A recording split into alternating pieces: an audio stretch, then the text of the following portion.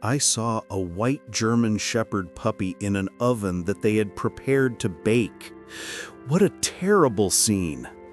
I went inside the yard of this house where I saw this dog. I always have that scene in my mind, and it will shock you too.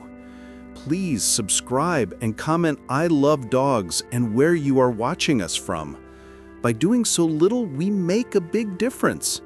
A subscribe, a comment is the same as making a donation, because the video reaches more hearts, more eyes and ears, and we raise awareness for an entire population. The crisp autumn air bit at my cheeks as I strolled down Elm Street, a familiar path lined with majestic ancient oaks whose leaves were just beginning to turn vibrant shades of gold and crimson. The sun, a pale disk in the sky, cast long, dancing shadows across the neatly manicured lawns of my quiet suburban neighborhood. It was a Saturday, one of those perfect mornings that promised tranquility and the simple pleasure of a peaceful walk. I had my headphones in, listening to a podcast, lost in thought, when something jarred me back to the present. My neighborhood was a harmonious tapestry of well-kept homes, each whispering its own story through meticulously tended gardens and the gentle sway of old trees. I knew these streets intimately, having traversed them for years, a ritual that grounded me in the rhythm of my suburban life. But on this particular morning, one house, usually a bastion of quiet privacy, snagged my attention like a burr on a favorite sweater. It was a modest brick dwelling, set back comfortably from the road, distinguished by a sturdy wrought iron gate that always seemed to be securely latched, a clear, unspoken boundary of private property. Yet today, that gate stood ajar, swinging ever so slightly in the gentle breeze, a subtle anomaly that whispered of something amiss. A tiny tremor of unease rippled through me. An open gate on an otherwise meticulously maintained property felt profoundly out of place. It was a minor discord in the otherwise harmonious symphony of the morning. My mind, usually adept at dismissing such insignificant details, found itself unable to let this one go. Had someone simply forgotten to close it? Was a delivery expected? Perhaps a repair crew was at work? The questions, though seemingly trivial, began to gnaw at the edges of my peace, chipping away at the tranquility of my morning stroll. My pace slowed almost imperceptibly, my eyes unconsciously drawn to the unexpected opening. As I drew nearer, the gentle hum of my podcast receded into the background, replaced by a heightened awareness of my immediate surroundings. My gaze drifted past the brick facade, drawn inexorably towards the backyard, where a substantial structure rose from behind a tall, verdant privacy fence. It was a large, imposing, rustic brick wood-fired oven, the kind one might expect to see in a European countryside farmhouse or a chic, upscale outdoor kitchen. A tall, robust chimney crowned its top, and from its vent, a faint, almost imperceptible wisp of smoke curled lazily upwards, dissipating quickly into the cool, crisp air. It suggested recent use, or perhaps preparation for an upcoming culinary endeavor. My unease deepened, coalescing into a more potent, unsettling sense of foreboding. There was something undeniably disturbing about the sight, something that fundamentally clashed with the serene narrative of a peaceful Saturday. My internal debate began in earnest, a quiet battle between my ingrained sense of decorum and a growing, insistent alarm.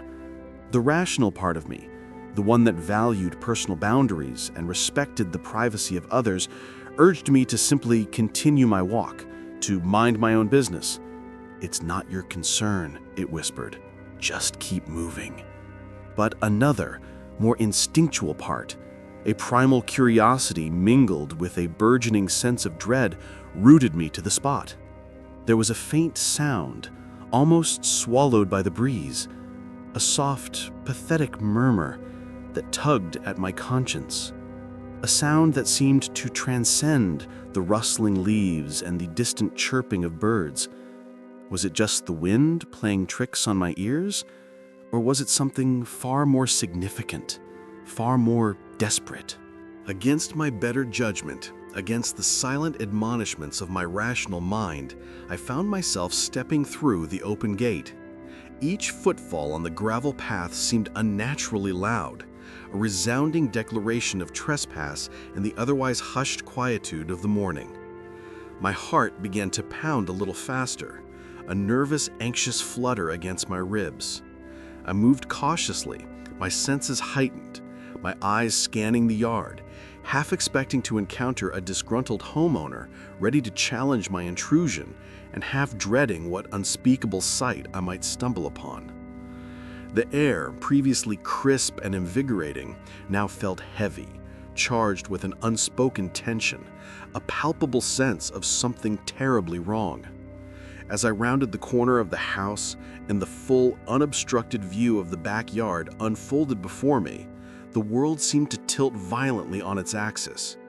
My breath caught in my throat, a painful gasp that left my lungs aching for air. A cold, visceral dread washed over me, obliterating all previous thoughts of peaceful walks and pleasant autumn days. The sight that met my eyes was so utterly horrific, so profoundly disturbing, so fundamentally evil, that for a fleeting, terrifying moment, I questioned my own sanity, wondering if I had somehow stumbled into a waking nightmare. My stomach lurched violently, threatening to betray the coffee I'd had earlier, a bitter metallic taste rising in my mouth. Inside the yawning, arched mouth of the large brick oven, nestled precariously amidst a scattering of rough-hewn logs clearly meant for kindling, was a small, trembling creature. It was a puppy, a beautiful, pure white German Shepherd puppy, no older than a few months. Its soft, fluffy fur, though matted in places, still held the promise of magnificent beauty. But its eyes, wide and dark, bore into mine with an expression of such profound terror and confusion, such abject despair, that it felt like a physical blow to my chest, stealing the air from my lungs. What in God's name was it doing there? Why was it trapped inside an oven? Then the full, sickening horror of the scene unfurled itself, each detail adding another layer to the mounting terror. A thick, coarse, braided jute rope was wrapped several times around its tiny body, binding its legs together, pinning it cruelly and tightly against the rough, splintered logs. And worse, infinitely worse, a strip of gray duct tape was stretched taut across its muzzle, silencing its desperate whimpers, sealing its mouth shut, robbing it of any possibility of crying out for help. The faint, pathetic sounds I had heard earlier suddenly made agonizing, heartbreaking sense. It was trapped, gagged, and it was inside a wood-fired oven amidst kindling. The wisp of smoke from the chimney, which had previously seemed innocuous, now took on a sinister, chilling implication. They weren't just preparing the oven for cooking, they were preparing it. The thought was so unspeakably grotesque, so profoundly depraved, so utterly inhuman, that a tidal wave of nausea swept over me, leaving me weak and trembling. This wasn't mere neglect. This was calculated, malicious, intentional torture, an act of such deliberate cruelty that my mind struggled desperately to reconcile it with the peaceful suburban setting. My blood ran cold, then surged with an instantaneous, overwhelming tide of righteous fury, a burning anger that threatened to consume me. Every fiber of my being screamed at me to act. All thoughts of trespassing, of private property, of social decorum vanished instantly, replaced by a singular, burning imperative: save that puppy. This was not a moment for hesitation or polite consideration. This was an emergency, a matter of life and death. This was an innocent life, fragile and helpless, being subjected to unspeakable horrors, an act of pure evil unfolding before my very eyes. My earlier hesitation evaporated like mist in the morning sun, replaced by a fierce protective instinct that pulsed through my veins, hot and undeniable. I moved forward, my steps quickening, my hands already reaching out, my mind singularly focused on the task at hand, my only goal to free this suffering creature. As I knelt before the oven, fumbling desperately with the tightly wound rope, my hands trembled uncontrollably, a mixture of unbridled rage, urgent desperation, and a lingering, sickened disbelief. The knots were tight, almost impossibly so, testament to the deliberate, cruel nature of its tormentors. The puppy, sensing my presence, sensing my desperate efforts, let out a tiny, muffled whine from behind the tape, a sound that, despite its muffled nature, pierced my heart and only fueled my already burning determination. I could feel its small body shivering violently, a tremor that seemed to emanate from the very core of its being, whether from profound fear or the chilly air, I couldn't tell. Its shallow, rapid breaths were visible beneath the tape, a desperate, valiant struggle for air. "What in God's name do you think you're doing?" The gruff voice, thick with menace and seething with hostility, sliced through the quiet backyard, shattering the fragile bubble of my desperate efforts. I whipped my head around, my heart leaping into my throat, a sudden surge of adrenaline making me lightheaded. Standing on the back porch, a formidable silhouette against the brick house, was a man. He was in his late 50s, his face a landscape of hard lines and deep-set wrinkles, topped by a shock of unruly gray hair, much like the image burned into my memory from the photographs I'd later take. He wore a heavy, dark jacket, and his eyes, narrowed to angry slits, bore into me with an accusatory, hostile glare. This was the owner. My initial fear, momentarily suppressed by the overwhelming urgency of the rescue, flared again, but the white-hot core of my rage still simmered, fueling my resolve. I wouldn't back down. Not now. Not when this innocent life hung so precariously in the balance. "I'm saving this dog," I retorted, my voice ringing with the conviction I didn't know I possessed, a fierce defiance born of the sheer injustice unfolding before me. I continued to tug at the stubborn knots, my fingers frantic, the puppy's desperate plight far outweighing any fear the man's towering, menacing presence might instill. The puppy whimpered again, a pathetic, muffled sound that solidified my unwavering resolve and determination. The man descended the porch steps, each stride purposeful, heavy, and laden with escalating aggression. His broad frame seemed to fill the space, an intimidating force looming over me. "Saving it? You're trespassing. This is my property. What business do you coming onto my land, interfering with my affairs?"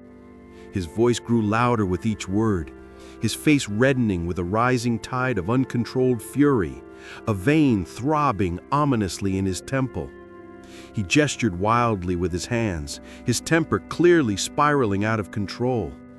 I looked up at him, my eyes blazing, mirroring his own fury.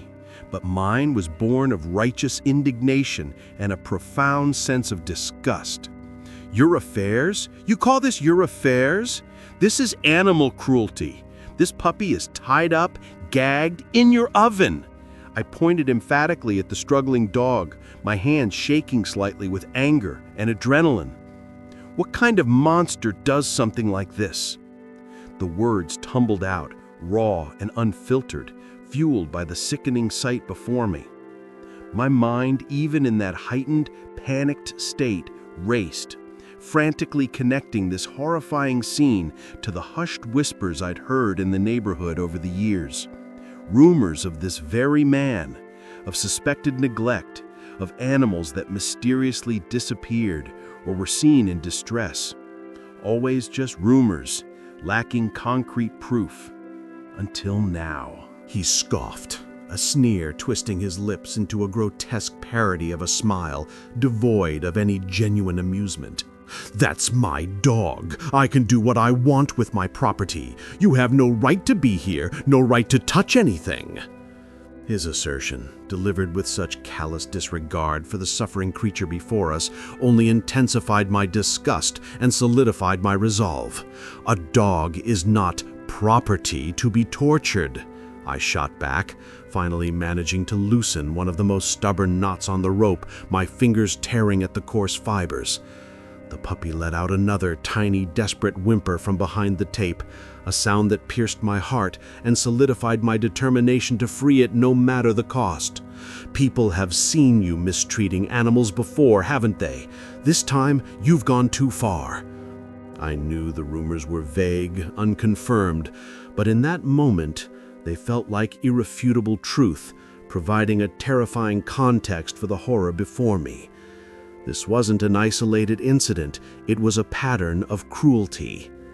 He took another menacing step towards me, his eyes blazing with pure hatred, a primal fury that chilled me to the bone. "Get off my property, now, or I'll call the police. You're breaking the law." His voice was a low growl, laced with a tangible escalating threat, his body language clearly aggressive. "You call the police," I dared him, pulling at another knot, my fingers working frantically, adrenaline coursing through my veins, sharpening my focus. "Because I'll be calling them too, and I'll have all the evidence they need." As I spoke, my free hand instinctively reached for my phone, which I'd been holding, its camera app already open from earlier touristy photos I'd taken on my walk. I quickly snapped a shaky, grainy photo of the horrifying scene within the oven, then, with a surge of courage that surprised even myself, raised it higher and captured another image of the man standing over me, his face contorted in a mask of pure, unadulterated fury. The flash, however faint, drew his attention, and his face twisted into an even uglier snarl, a truly terrifying mask of rage. "You think you can just come here, take pictures, and accuse me?"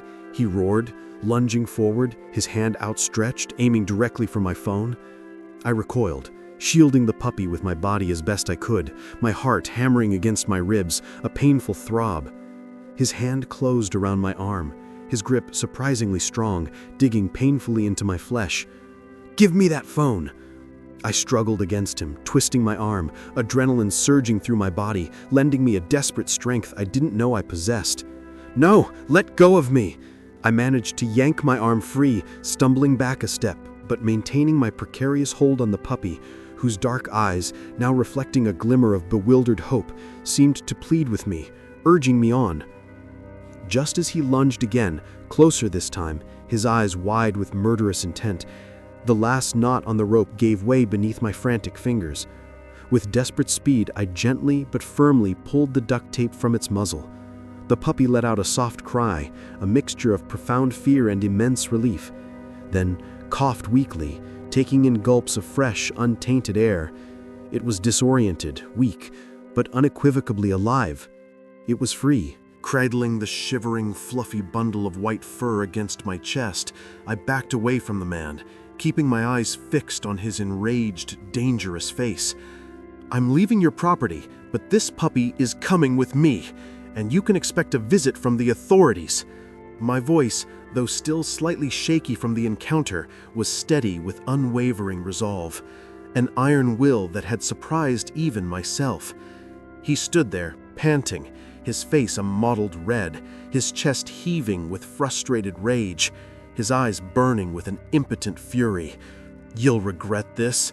This is theft. I'll press charges. You'll go to jail." His threats, however menacing, now felt hollow, lacking the power they might have once held. "We'll see who goes to jail," I countered, my conviction unshakable, a quiet certainty settling within me. I turned and walked quickly towards the gate, not daring to run, not wanting to spook the already terrified puppy, who now nestled deeper into my embrace, its tiny body trembling with residual fear, but also, I hoped, with a nascent sense of safety. My heart was still racing, a frantic drumbeat in my chest, but a profound sense of fierce triumph began to swell within me. I had him. This time there was irrefutable proof. Once I was safely out of the gate and on the public sidewalk, the crisp autumn air felt different, cleaner, as if cleansed by the immediate past horror. The familiar suburban street, previously a backdrop to such terror, now felt like a sanctuary. I held the small, trembling bundle of white fur close, feeling its tiny heart beat a frantic yet steady rhythm against my own.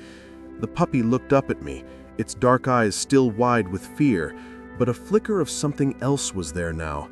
Perhaps relief, perhaps a nascent trust, a fragile hope stirring in its depths, a tiny spark in the darkness. I didn't waste a moment. As soon as I was a safe distance away, my hands, though still trembling, pulled out my phone again. My fingers flew across the keypad as I called the local animal control, then the police, reporting the incident in a rush of words. My voice still shaking with residual shock and anger, but clear and precise in its purpose. I gave them the exact address, the horrifying details of what I'd found, and a clear, detailed description of the man. I emphasized the visual evidence I had captured, the pictures and the brief video, knowing that this tangible proof would be crucial. Within minutes, the first police cruiser, its lights flashing discreetly, pulled up to where I stood on the sidewalk, the puppy still clutched protectively in my arms. An officer, a kind-faced woman with a serious, professional demeanor, listened patiently, her expression growing grim with each word as I recounted the horrifying scene. I showed her the images on my phone, the puppy bound and gagged in the oven, the furious, menacing face of the owner, his hands reaching for me.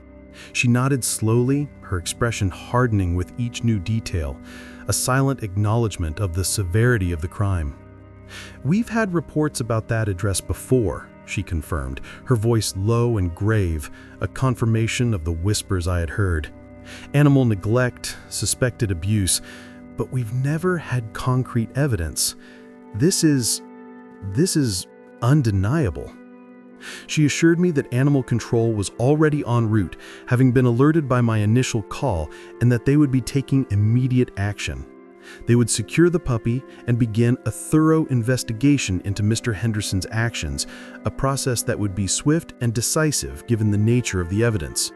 She also informed me that based on the compelling, irrefutable evidence, the man would almost certainly be charged with aggravated animal cruelty, a felony in our state, and potentially trespassing as well, though the latter would be secondary to the primary, heinous crime he had committed. A wave of profound relief washed over me, so potent and overwhelming that it almost brought me to my knees.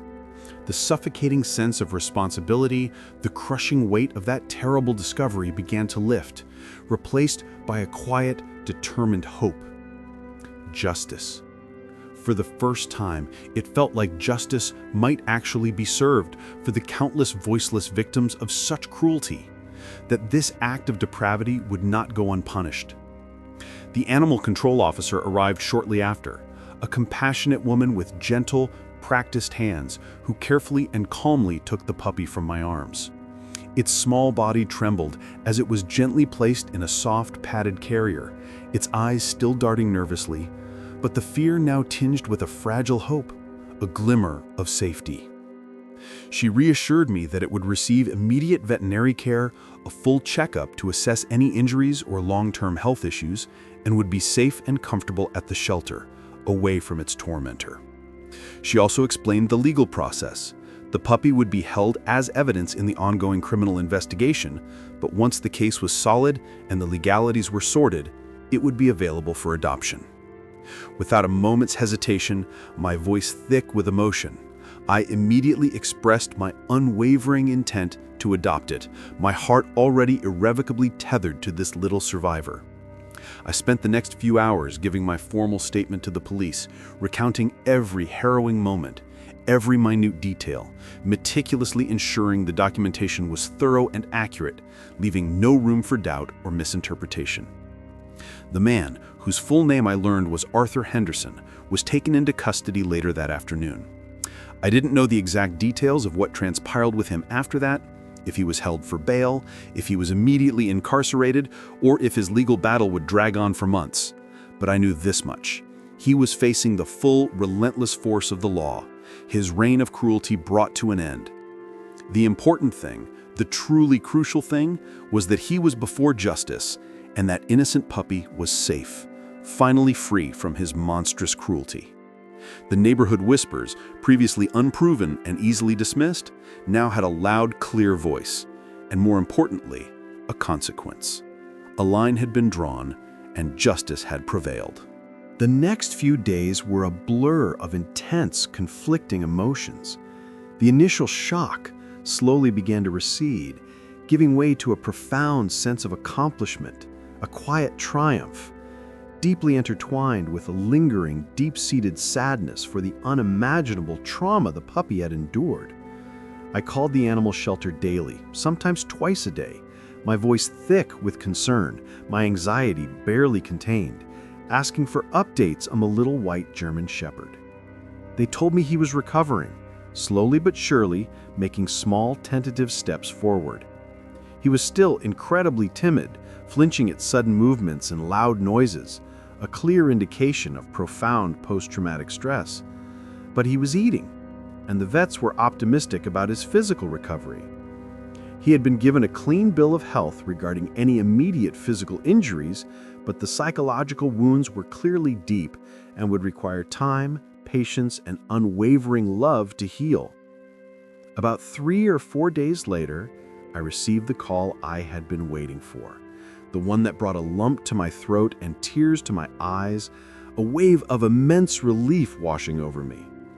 The puppy, now officially designated evidence in Mr. Henderson's ongoing criminal case, was physically stable and showing small, encouraging signs of emotional improvement. The legal wheels were turning swiftly, and the shelter was cleared to begin the adoption process, prioritizing individuals who had been instrumental in its rescue.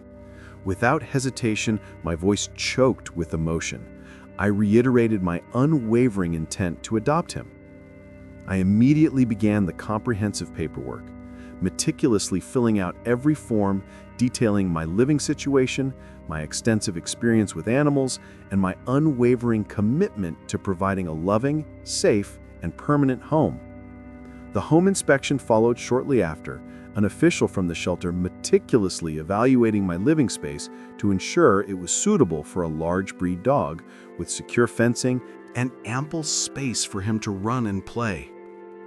Everything checked out, meeting all the requirements. Within a week, after what felt like an eternity of anxious waiting, I received the official confirmation. I was approved to adopt the little survivor. The joy that surged through me was indescribable. Bringing him home was a profound experience, a mixture of pure, unadulterated joy and a profound sense of apprehension. I had decided, after much thought and consultation with the shelter staff, to name him Spirit, a tribute to his incredible resilience, his indomitable will to survive in the face of such darkness and cruelty. Spirit was, as expected, incredibly fearful. He would cower in corners, his fluffy white body pressed tightly against the wall, seeking the illusion of safety, refusing to make eye contact with me or anyone else. He flinched violently at the slightest unexpected sound, the creak of a floorboard, the distant chime of a doorbell, the rustle of leaves outside, each sound a potential trigger for past trauma. He wouldn't eat from a bowl I placed before him, only tentatively nibbling at kibble I scattered on the floor from a safe distance, his mistrust palpable. He refused to be touched, shrinking away from my outstretched hand, even when I offered a tempting, high-value treat. It broke my heart to witness such a beautiful, gentle creature, so utterly traumatized, a mere shadow of the vibrant, playful puppy he was inherently meant to be. The first few weeks were an intense, demanding exercise in boundless patience, unwavering dedication, and profound empathy. My routine revolved entirely around Spirit, adapting to his needs and fears. I spent hours just sitting quietly on the floor, in the same room as him, never directly approaching, simply existing, talking to him in soft, reassuring tones, reading aloud, or simply sitting in silence, allowing him to observe me from a safe distance, to acclimate to my presence on his own terms, at his own pace. I would leave delicious, enticing treats, small pieces of cooked chicken, bits of cheese, a dollop of peanut butter within his reach, never forcing interaction, never pushing him beyond his comfort zone, respecting his need for space and control. I learned to read his subtle cues, the slight twitch of an ear, the almost imperceptible wag of his tail that indicated a fleeting moment of comfort, the way his dark eyes would briefly meet mine before darting away, a fragile connection. I remember one afternoon, about a month after he came home, a moment forever etched into my memory, a turning point in our journey together. I was sitting quietly on the living room couch, engrossed in a book, feigning indifference, though every fiber of my being was acutely aware of Spirit's every movement, every breath. He was curled up in his soft dog bed across the room, watching me with his characteristic caution, his eyes following my every subtle motion. Slowly, painstakingly, tentatively, he got up. He took a hesitant step, then another, his eyes fixed on me, a silent, almost desperate question in their depths. My heart pounded with a nervous, exhilarating hope, daring to believe this was the breakthrough I had longed for. He walked over, a hesitant, almost fragile journey across the room, paused by my feet, his head tilted slightly, then, with a deep, shuddering sigh that seemed to release weeks of pent-up tension, he rested his soft, fluffy head on my knee. It was a small gesture, perhaps insignificant to an outsider, but to me, it was a monumental breakthrough, a silent testament to the fragile tendrils of trust beginning to take root, a true connection forming. I gently, ever so gently, reached down and stroked his soft white fur, my fingers barely brushing against his head. He didn't flinch. He leaned into my touch, a silent acknowledgement, a tentative acceptance of my affection. Tears, hot and unexpected, welled in my eyes, blurring the edges of my vision. It was the most beautiful, most profound moment of my life. From that day forward, the progress was steady, if often agonizingly slow and punctuated by occasional setbacks. He began to trust me implicitly, following me from room to room, his presence a comforting shadow, a constant companion. Then, he slowly began to trust my close friends who visited, initially observing them from afar with his characteristic caution, then gradually allowing them to offer treats, eventually accepting a tentative pet, a gentle scratch behind the ears. He learned to play, first hesitantly batting at a soft toy, then joyfully chasing after balls in the backyard, his magnificent fluffy white tail wagging with unbridled joy, a blur of happiness and carefree abandon. He discovered the sheer delight of a belly rub, his legs kicking with contentment, and the immeasurable comfort of sleeping at the foot of my bed, his soft snores a comforting lullaby in the quiet night. The fear in his dark eyes slowly, gradually faded, replaced with warmth, curiosity, and an undeniable adoration that shone brightly, a testament to his resilient spirit. We worked through his deeply ingrained fear of loud noises with careful, systematic desensitization, using positive reinforcement and gentle reassurance. We started with faint sounds on recordings, gradually increasing the volume, always pairing it with treats and praise, until the once terrifying crack of thunder or the blare of a car horn became mere background noise, no longer triggering panic. His separation anxiety, a common issue for traumatized dogs, was tackled with structured crate training and short, incremental periods of alone time, always rewarded with exuberant greetings and high-value treats upon my return. It was a marathon, not a sprint, a journey that required immense dedication and patience. But with each small victory, Spirit blossomed further, slowly but surely shedding the heavy cloak of his traumatic past. Today, Spirit is not just an inseparable part of my life. He is my life's greatest joy, my most profound teacher, and a constant source of inspiration. He's no longer the terrified puppy I found huddled in that oven. He's a magnificent, confident, and incredibly loving German Shepherd, a testament to the transformative power of healing and unconditional love. His past is a scar, a faint, barely visible reminder of the unspeakable cruelty he endured, but it does not define him. What defines him is his spirit, his boundless capacity for joy, his unwavering loyalty, and his incredible ability to love again, fully and freely. We go for our walks every day, sometimes by coincidence or by design, down Elm Street, past that very house, though it's now abandoned, its windows boarded up, its yard overgrown, a silent, stark testament to the justice that was served and the life that was saved within its gates. He walks proudly by my side, his leash held lightly in my hand, his magnificent white fur gleaming in the sun, his presence a constant source of joy, companionship, and profound gratitude. His story is a powerful, poignant reminder that every act of kindness, no matter how seemingly insignificant, can ignite a chain reaction, creating a monumental difference in the life of a vulnerable creature.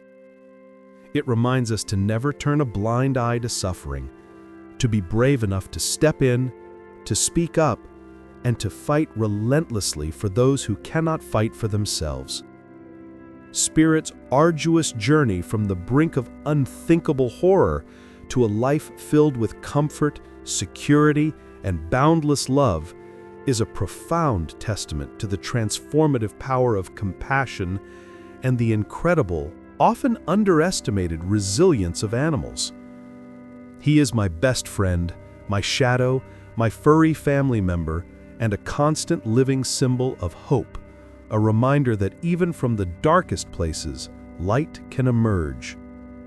And he will be always a beacon of light in my life, a living testament to the power of love to heal even the deepest wounds.